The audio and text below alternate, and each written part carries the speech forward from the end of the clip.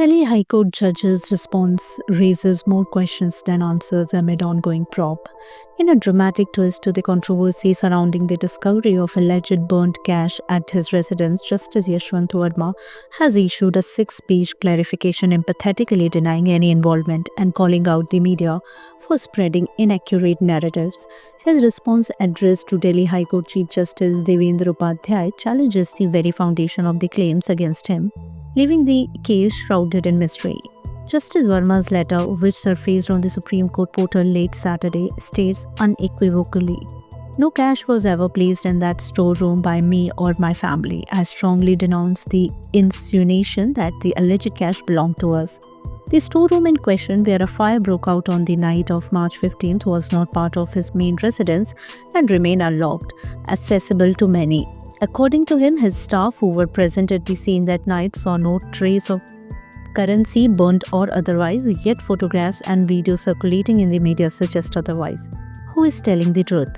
A high-stakes investigation and a possible resignation. The case has now escalated to a full-fledged inquiry by a 3-member panel set up after Chief Justice of India Sanjeev Khanna reviewed the preliminary probe.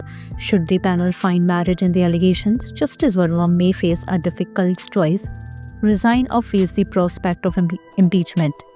But Justice Verma is not backing down. His statement hints at a larger scheme at play, referring to a previous incident from December where unfounded allegations against him had spread online.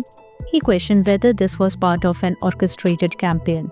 "I voiced my suspicion of a conspiracy behind this entire incident," he stated, recalling his meeting with Justice Upadhyay upon returning from Lucknow on March 17th. The missing cash and unanswered questions.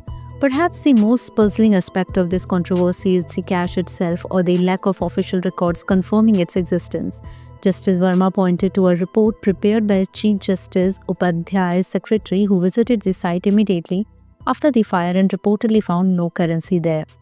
Additionally, the Delhi Fire Service chief has gone on record denying that his personnel recovered or seized any cash from the scene.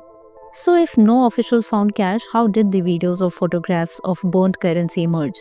Who recorded them and what? And if they are genuine, who played the money there? Justice Verma's response throws the ball back into the court of investigators, insisting that all his financial transactions have been above board, conducted exclusively via banking channels, UPI and cards. No currency was recovered from the premises we actually occupy as a family, he clarified.